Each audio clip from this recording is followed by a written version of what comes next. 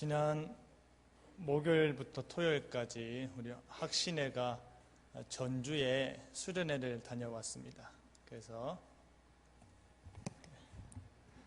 수련회를 다녀왔는데 수련회를 가서 이제 빌립보서 전체를 강의했고 아이들이 스스로 성경공부도 하고 말씀도 읽고 그랬습니다.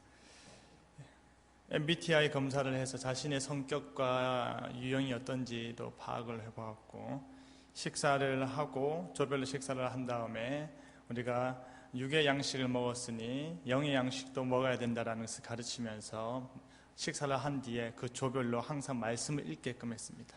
그 자리에 바로 모여서 말씀을 읽고 그런 다음에 이 맛있는 음식과 더불어서 이렇게 달콤한 말씀도 주셔서 감사합니다라고 해서 말씀에 대한 감사기도를 마치게 하는 훈련을 2박 3일 동안 하고 왔습니다. 우리 장로님, 김영기 장로님께서 운전해 주시고 아이들 눈높이에 맞춰서 여러모로 수고해 주시고 설거지도 많이 해 주셔서 감사드리고 특별히 학신의 교사가 아님에도 불구하고 시간을 내어서 청년들 가운데 몇몇 분들이 교사로 섬겨주셨습니다. 너무나도 아이들에게 유익한 시간이었지 않는가 싶습니다. 그래서 우리 2박 3일 동안 뭘 했는지 궁금하시지요? 애들은 어디 갔다 오면 목은 쉬어져 있고 피곤하다 하는데 뭐 때문에 피곤한지 밤새 놀아서 피곤한지 뭔지 모르실 것 같아서 저희가 2박 3일 동안 뭘 했는지 영상을 준비했습니다. 영상을 앞에 보시면서 뒤에 불 좀 꺼주시면 앞에가 집중돼서 볼 수 있도록 영상을 함께 보시도록 하겠습니다.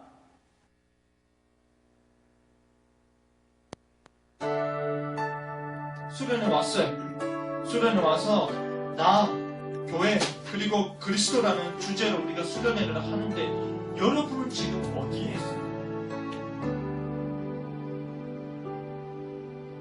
주 사랑이 나를 숨쉬게 해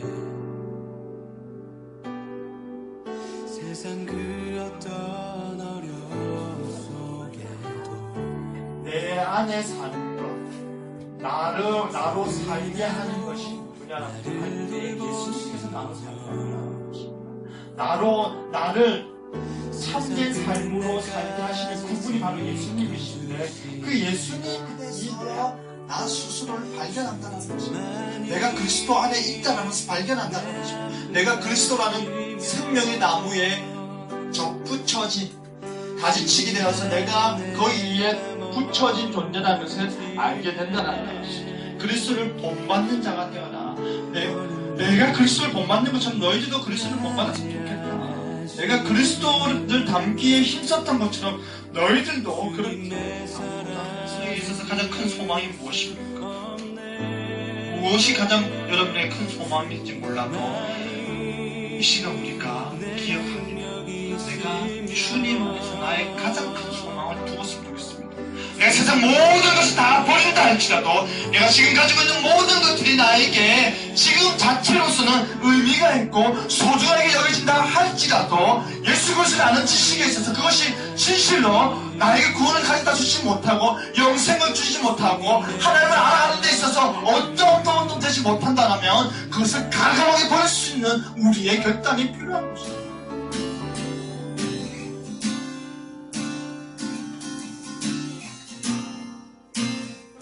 예수님을 더욱더 알고는 말미암아 정말로 내 삶이 무엇이 되어야 되는지 어디를 나가야 되는 것인지 내가 이 땅에서 무엇을 사랑하며 어떠한 것을 바라보고 나가야 될 것인지 알게 하여 하늘 문이 열리고 은혜 비추니 사랑이 나를 숨쉬게 해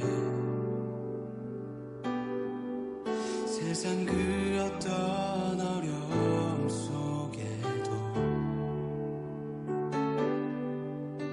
주 은혜로 나를 돌보시며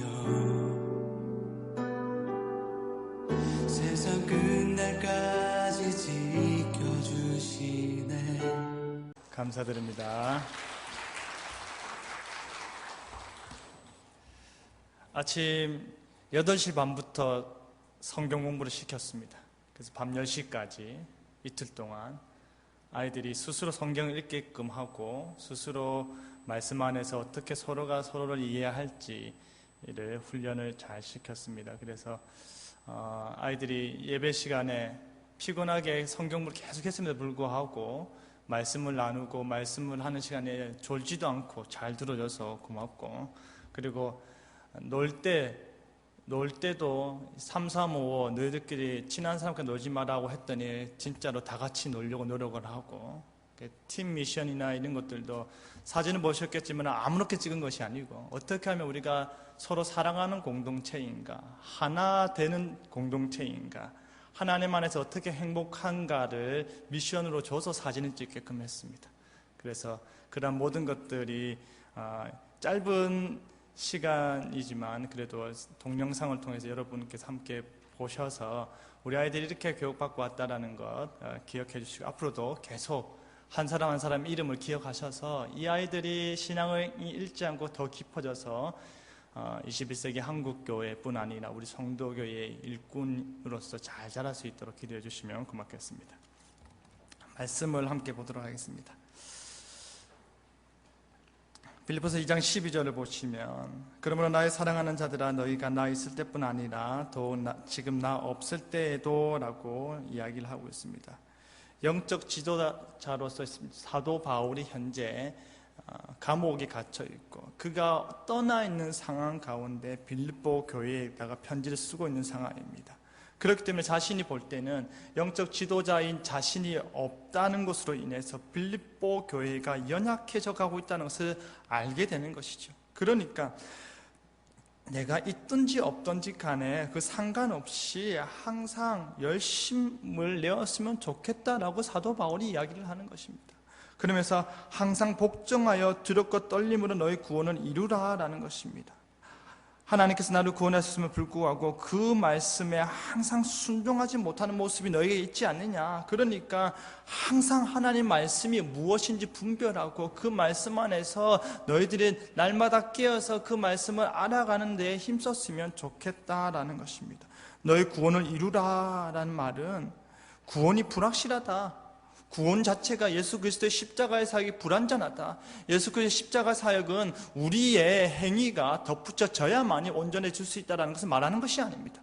여기서 이 말은 구원의 현재적인 측면, 내가 구원을 받았고 구원받고 있고 구원받을 것인데 구원을 받고 있다는 내 상태가 어떠해야 되냐는 것입니다. 중생한 자들에게 부여되는 책임 있는 생활을 이야기하는 것이죠. 열매 맺는 삶을 이야기하는 것입니다.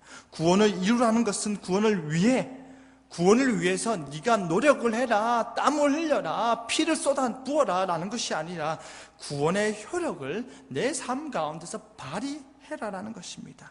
칭의의 은혜에 대해는 반드시 무엇이 뒤따라야 됩니까? 성화의 삶이 뒤따라야 됩니다. 칭의의 은혜를 고백하면서 성화의 삶이 뒤따르지 않는다면 이것은 무엇입니까? 거짓입니다. 그리스도인이 아닌 것입니다. 칭의의 은혜가 뒤따르면 반드시 성화의 삶이 뒤따릅니다. 왜냐하면 그렇게 열매가 맺히도록 씨앗이 뿌려졌기 때문인 것입니다. 내 안에 믿음이 심겼다면 믿음의 열매를 맺을 수밖에 없는 것이 당연한 이치인 것입니다. 내가 사과나무에 씨가 심겨졌는데 가시나무를 맺을 수가 없는 것입니다. 당연한 이치인데 우리는 이것을 너무나도 동떨어지게 생각하는 경우가 있습니다. 유럽 교회가 이랬습니다. 나 이신칭이야, 믿어. 그러니까 나는 지금부터 아무 때나 살아도 돼. 왜? 구원받았으니까. 거기에 있어서 많은 복음주의자들과 설교자들이 그것 잘못됐다, 그것은 성경이 말하는 것이 아니다 라고 하는 것입니다. 그러면서 예수님께서 말씀하신 열매로 알겠다라는 것을 끊임없이 이야기를 했던 것입니다. 칭의의 은혜 뒤에는 반드시 성화의 삶이 뒤따르는 것을 너희 구원을 이루라 라는 이 말씀 가운데 이야기하고 있는 것이죠. 확신의 한 학생이 이런 말을 합니다. 신앙이 미성숙한 것 같습니다. 목사님, 내가 구원의 확신이 흔들리지 않도록 힘써야겠다는 생각이 듭니다. 세상 속에서 하나님을 기억해야 될 것 같습니다. 누가 봐도 하나님의 자녀인 것을 내 엄마 아빠가 아니라 교회의 친구들이 아니라 학교에서 알렸으면 좋겠습니다 라고 말을 하더라고요. 다른 고3 친구는 이 항상이란 단어에 자신의 가슴이 많이 아팠나 봅니다. 목사님, 항상 말씀에 순종하지 못한 내 모습이 지금 너무 선명하게 보입니다. 항상 말씀에 순종하지 못한 내 자신을 볼 때에 내가 지금 구원에 대해서 말할 가치가 있는지 내가 두렵습니다 라고 이야기를 하더라고요. 하나님의 흠없는 자로 살기 위해 하나님과 더욱 가까워지도록 노력을 해야겠다라고 합니다. 이제 고등학생으로 올라가는 한 아이는 말씀을 들으면서 내 속에 있는 바리새적인 요소가 많이 있다는 것을 발견했다고 합니다.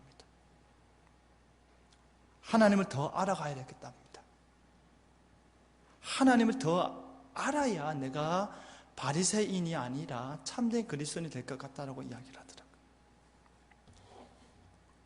너희 안에 행하시는 이는 하나님이시다. 너희 안에 우리 안에 착한 일을 시작하신 그분, 우리 안에 복음을 심으시고 복음에 동참케 하시고 믿는 자들에게 의롭게 살고자 하는 의욕뿐 아니라 그 의욕을 일으키셔서 실제로 그것을 행할 수 있는 능력을 주시는 그분이, 착한 일을 행하시고 우리 안에 행하시는 그분이 바로 하나님이시다라고 하는 거죠. 이 신칭의 은혜가 내 안에서 이루어진 것이 너무나도 감사하기 때문에, 그렇기 때문에 목사님, 내 삶이 변화되었다는 것은 내가 분명하게 알 수 있는 것 같습니다 라고 이야기하는 한 자매도 있었습니다. 하나님께서는 우리 안에서 일을 하십니다. 우리 안에서 행하시고 우리 안에서 자신의 착한 일을 시작하시고 그 착한 일을 구원의 날, 즉 예수 그리스도의 날이 이르기까지 그 착한 일을 이행하시고 성취하시는 분이 바로 하나님이신데, 그 일을 왜 하시냐라고 묻는다라면 자기의 기쁘신 뜻을 위해서 하는 것입니다.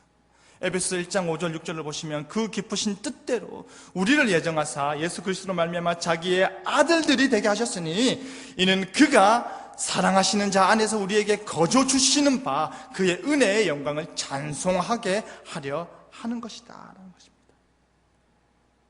그 기쁘신 뜻을 알고자 기도를 하고자 합니다. 그 기쁘신 뜻을 알고자 여러분이 열심히 기도하시기 바랍니다. 하나님께서 여러분을 향하여서 소원을 두고 계십니다. 하나님께서 여러분을 향하여서 기쁘신 뜻이 있으시다고 합니다. 그 기쁘신 뜻이 무엇인지 알지 못하고 그저 저 사람은 저렇게 사는구나, 이 사람은 이렇게 사는구나 라고 산다면, 하나님께서 우리에게 예를 들어 달란트를 주셨는데 그 달란트의 가치가 무엇인지 모르고 사는 것과 동일한 것입니다. 너에게 소원을 두고 행하시는 이가 하나님이신데 모든 일을 그의 뜻에 결정대로 일하시는 이의 계획을 따라 우리가 예정을 입어 그 안에서 기업이 되었으니, 하나님의 부르심의 소망은 성도 안에서 그 기업의 영광의 풍성함을 누리게 하시고 그 기업의 영광의 풍성함을 우리에게 주고자 하는 것입니다. 그러면서 하나님께서 자신의 기쁘신 뜻을 위하여 우리에게 소원을 두고 행하게 하시는데, 그러니까 14절 말씀에 모든 일을 원망과 시비 없이 하라는 것입니다. 투덜대는 불만, 악의를 가지고 무조건 반대부터 하고 보는 그러한 논쟁들을 하지 말라는 것입니다. 그러한 것들이 빌립보 교회에 있었습니다. 하나님에 대해 그리고 서로에 대해 빌립보 교회에 불화가 있음을 우리가 읽지는 않았지만 빌립보서 2장 2절 마음을 같이 해라 라는 이 말에 표현되어 있습니다. 일상의 삶 속에서 우리의 신앙을 나타내주는 모든 일들 가운데서 즐거움을 나타내라는 것이지요. 모든 일에 원망과 시비 없이 만족하며 사시기 바랍니다. 어떠한 원망도 어떠한 시비도 없이 사신 여러분이 되었으면 좋겠습니다. 왜냐하면 사도 바울이 이렇게 말합니다. 내가 부요도 해봤고 비천도 해봤고 아파도 봤고 많은 것을 누려도 봤다. 하지만 내가 그리스도 안에서 자족하는 일체의 비결을 배웠다라는 것입니다. 것입니다. 내가 궁핍하기 때문에 너희들에게 이렇게 말하는 것이 아니다라는 것입니다. 내가 궁핍해서 배가 고파서 지금 힘들어서 고난을 겪고 있기 때문에 너희들에게 말하는 것이 아니라 진짜 나는 어떠한 상황이든 가운데 일체의 비결, 만족할 수 있는, 누구 안에서, 그리스도 안에서 만족할 수 있는 그 비결, 그 삶의 지혜를 깨달았다는 것입니다. 그렇기 때문에 내 속에는 원망과 시비가 없다. 하나님, 왜 나에게 이런 삶을 살게 하십니까? 내가 뭘 그렇게 잘못했습니까? 저 사람은 나보다 못한데도 불구하고 저렇게 모든 것을 나보다 더 많이 누리면서 사는데 내가 도대체 뭘 그렇게 잘못했습니까? 라고 하지 말아라는 것입니다. 하나님께서 우리에게 능력을 주십니다. 어떠한 능력? 감사할 수 있는 능력과 만족할 수 있는 능력을 주시는 것입니다. 15절 말씀에 이는 너희가 흠이 없고 순전하여 어그러지고 거스르는 세대 가운데 하나님의 흠없는 자녀로 세상에서 그들 가운데 빛들로 나타내게 한다는 것입니다. 구원을 이루려고 권면하는 최종적인 목적이 무엇이냐고 묻는다면 이 본문 가운데서는 세상에서 흠없는 자의 빛을 비추는 자가 되게끔 하는 것입니다. 흠없이 살아라, 흠없는 자가 되어라. 왜? 너희가 세상 가운데서 빛을 비추게 되는 것입니다. 그렇기 때문에 그렇게 빛을 비추고 흠없는 자로 사는 것 자체가 너희의 구원을 이루는 것이라는 것입니다. 도덕적으로 타락한 세상이 밤중에 빛나는 별들처럼 그들을 인정하게 되는 것입니다. 타락한 세상이 그리스도인을 인정하게 되는 것입니다. 레위기 11장 45절을 보시면 나는 너희 하나님이 되었고 너희를 애굽 땅에서 인도하여 낸 여호와라. 내가 거룩하니 너희도 거룩할지어다 라고 합니다.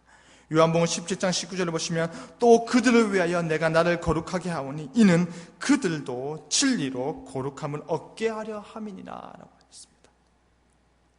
하나님께서 이 혼탁한 세상 가운데 어그러지고 거스리는 이 세대 가운데서 우리를 하나님의 흠없는 자녀로 부르시고 흠없는 자녀로 만드셔서 세상 가운데 빛들로 나타내게 하십니다. 이 말씀을 나눌 때 중학교 1학년, 이제 중학교 1학년이 되는 아이입니다. 초등부에서 올라온 아이죠. 말씀을 나누는데 이러더라고요. 목사님, 이 본문의 핵심은 지금 하나님의 흠없는 자녀라고 생각이 됩니다. 그렇기 때문에 이 하나님의 흠없는 자녀로서 빛을 비추며 살아가라는 이 구절이 가장 마지막에 와야 되는 거 아니겠습니까? 중학교 1학년짜리가 깜짝 놀라게 만들어가지고 이야, 잘 배웠구나, 우리 초등부 참 잘 가르치는구나 생각이 들었습니다. 그러면서 하는 말이 이렇습니다. 놀라지 마십시오. 내가 구원받았음에 그 구원에 대해서 더 고민을 해보고 싶습니다. 그래서 기뻐하는 신앙생활을 하고 싶습니다. 14살짜리가 만으로 12살일지도 모릅니다. 귀하지 않습니까? 목사님, 제가 볼 때는 이 본문이 가장 뒤에 와야 될 것 같습니다. 하나님의 흠없는 자로서 빛을 비추며 사는 것이 핵심입니다. 놀래버렸습니다. 하나님께서 우리에게 기쁘신 뜻을 두시고 소원을 두시고 그러면서 우리 안에 착한 일을 행하시면서 우리를 무엇으로 이끄시냐면 흠없는 자녀로서 세상에서 빛을 비추게끔 하는 것입니다. 이신칭에서 머무는 것이 아니라 성화의 능력과 열매를 맺게끔 하는 것입니다. 사랑하는 성도 여러분, 구원받았음에 고민해 보시기 바랍니다.